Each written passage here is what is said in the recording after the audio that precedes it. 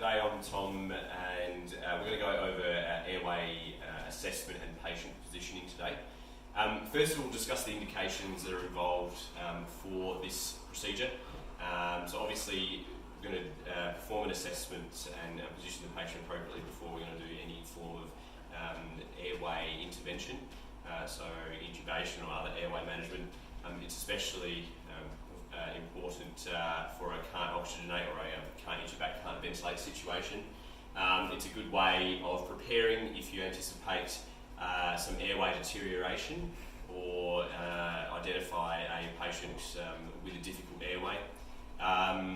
It's also quite possible to use this as to perform improved ventilation and also provide some relief from shortness of breath symptoms, and also provides for safe facilitation of some procedural management as well.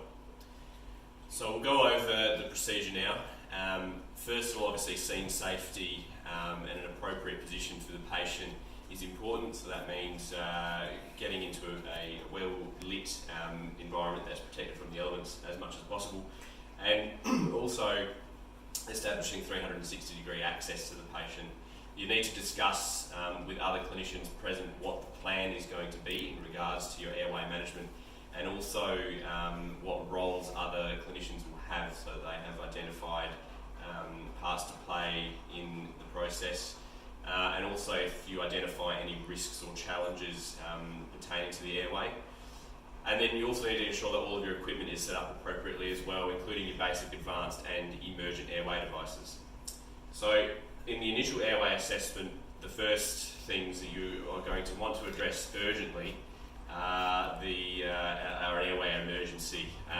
For example, a partial airway obstruction, which can be evidenced by a stride or hypersalivation, snoring or gross trauma to the airway, and a complete airway obstruction, which can be evidenced by a silent chest, an absent rise and fall, or other signs of obvious respiratory arrest like cyanosis. These need to be addressed immediately. Assuming those aren't issues, we're going to progress to performing a patient assessment. First thing I'm going to do is inspect the patient and view their anatomy side on. So Shay here doesn't have any obvious kyphosis or obvious anatomical challenges here. We'll inspect for any other challenges such as a beard. Now Shay has a bit of a patchy beard through here. Beards can be troublesome because they can provide, for example, seals, getting a seal with a bag and mask a bit more challenging, and also maybe even grips for airway manoeuvres. We're going to see if he's got any overbite or underbite. I don't believe he does. We're also going to see if Shay can speak clearly. Can you say a couple of words to me, Shay? Yeah, I feel like my voice is pretty good. Excellent. So that tells me that his upper airway is open and patent, and that he's obviously not having any extreme difficulties breathing. The other thing I'm going to ask about and potentially read through notes if they're available is if there's been any previous facial surgery or any major dental complications. Shay, do you have any dentures or loose teeth, fillings, anything like that? No.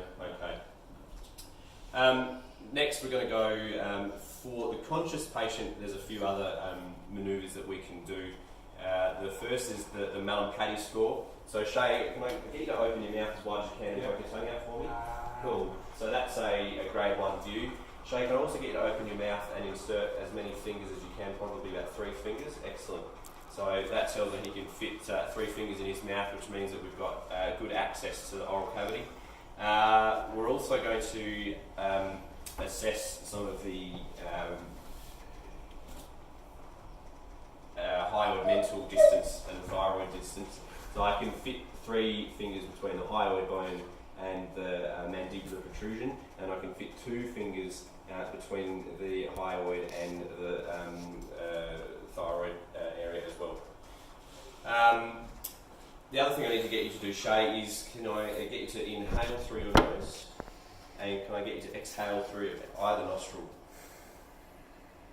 Yeah, excellent. So that tells me that his nasal airway is patent as well. Moving to the unconscious patient. We've got here a mannequin which we'll use as the unconscious patient.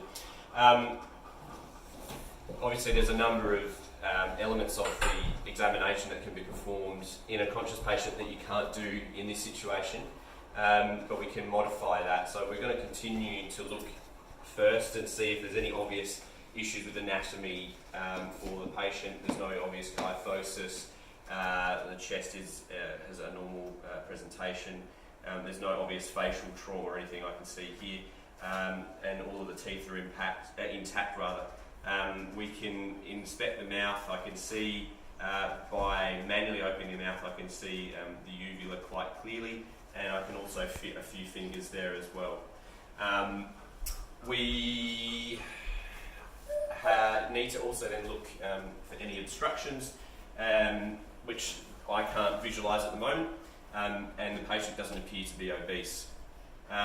Neck mobility we can assess by asking or by manually manoeuvring the patient if it's appropriate for their presentation. Obviously, if there is any indication of cervical spine trauma, then we should minimise this, but we can manually rotate the head and neck, which means that positioning the head and neck should be easy.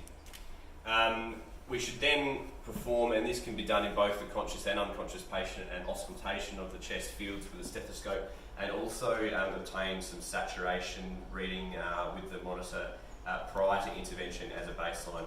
And following on, after all this assessment, we can prepare an airway checklist as well. So, before performing any airway intervention, the patient should be placed in a supine position, like we're seeing here, with attention paid to the three-axis theory. So the laryngeal axis, the pharyngeal axis, and the axis of the mouth should all be kind of in alignment, which should give you that kind of extended sniffing position. There's also the ear to sternal notch as well as another way of easily positioning the patient. Should that view not be sufficient, or you feel like you need a better access to the patient's airway, you can also ramp the patient, and that can be done by putting some linen or kits up to the underneath the thorax of the patient and the head of the patient to provide access. Patients that do have some of these red flags, be it obesity, kyphosis, difficult anatomy, should be identified as such with the team, and it's likely that they are going to be a difficult intubation, and therefore you need to be pretty clear what your plan is going to be should the intubation not go to plan. And obviously, protection of the cervical spine is the last point there, where we need to minimise movement and perform assessment safely. Considerations, finally, that early assessment in a conscious patient before they deteriorate is better than trying to perform an assessment in an unconscious patient. That complete airway obstruction obviously needs immediate reversal prior to performing any other assessments, so things like an emergency surgical airway or direct laryngoscopy and removal of the foreign body with forceps is important.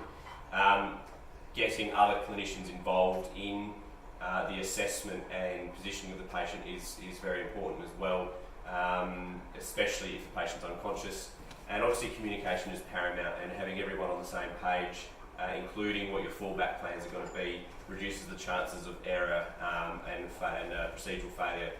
But also, if it appears that the intubation is going to be excessively difficult, that the most senior clinician should probably attempt it, or that it should be considered to be withheld until transport to hospital.